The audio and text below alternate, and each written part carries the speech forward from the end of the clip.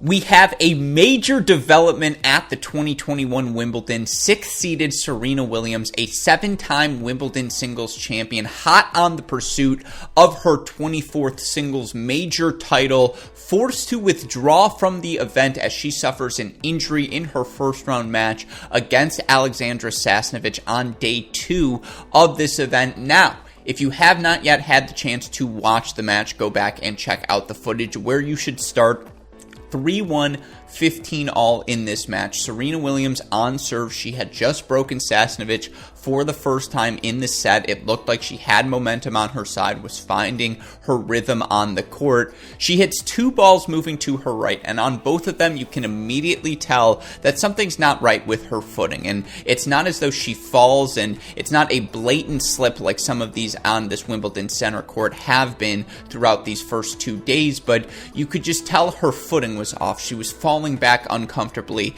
as she hit the first forehand. As she tried to hit the second forehand, you could just tell she wasn't comfortable at all moving to her right. She ends up getting broken back immediately, and at that 3-2 changeover, gets treatment, goes into the stadium, goes into the locker room, and has the ankle retaped, has the thigh retaped, and again, entering the match, that thigh for Serena Williams heavily taped. Clearly, she was nursing some injuries coming into this one, and those injuries are going to be amplified when you haven't played a match in about a month, which is the last time Serena Williams did line up on the court at that French Open. And of course, this was her first grass court match of the season, and as much experience as she has on the surface, there hasn't been any grass court tennis since 2019. So certainly, while she had started to find her footing in this match, it was always going to be an uncomfortable start for Serena Williams. And look, she attempted to continue to play. She comes out of the locker room after that 3-2 changeover. As I mentioned, trainer retapes everything, tapes up the ankles as well.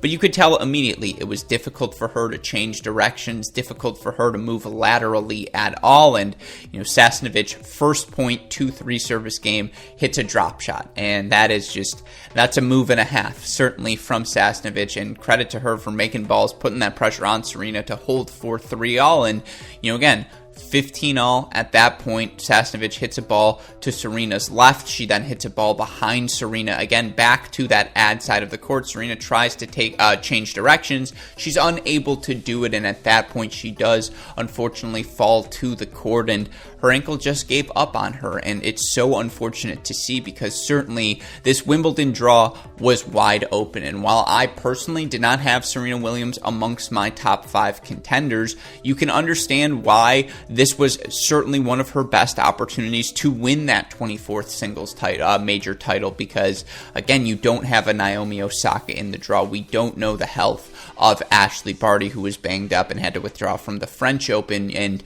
so many unproven players, whether it's Swiatek, who has now won a total of 2 grass court matches in her professional career, or Bianca Andreescu's won 1, and certainly Sabalenka's yet to make a quarterfinal of a major.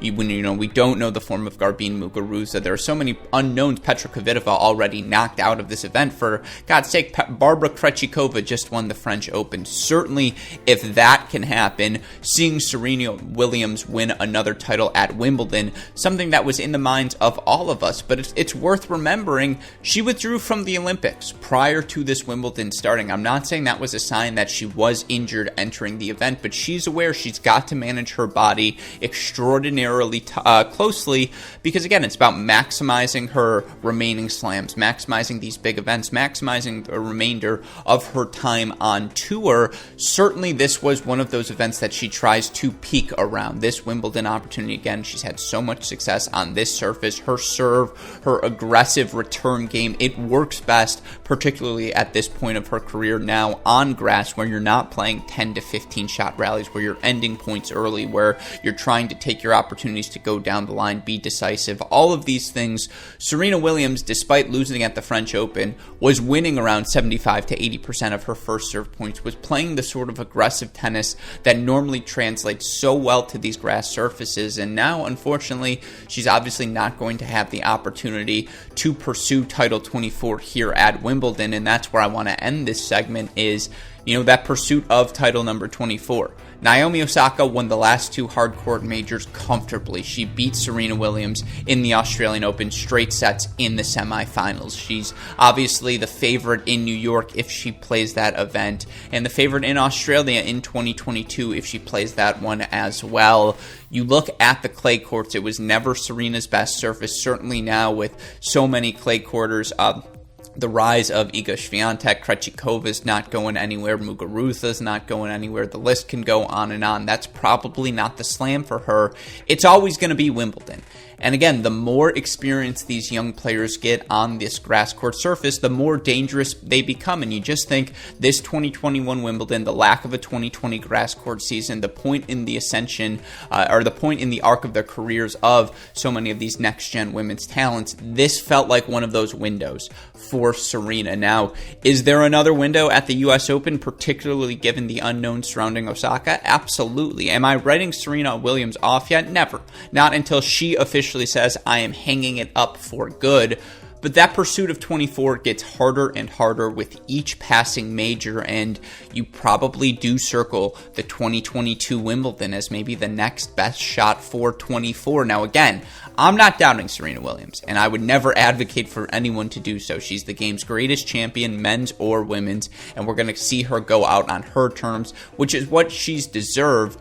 But I will say, objectively, as the other women on tour get better and better, that pursuit of number 24 gets much more difficult for Serena Williams, and unfortunately, we're not going to be able to see her capture that at the 2021 Wimbledon.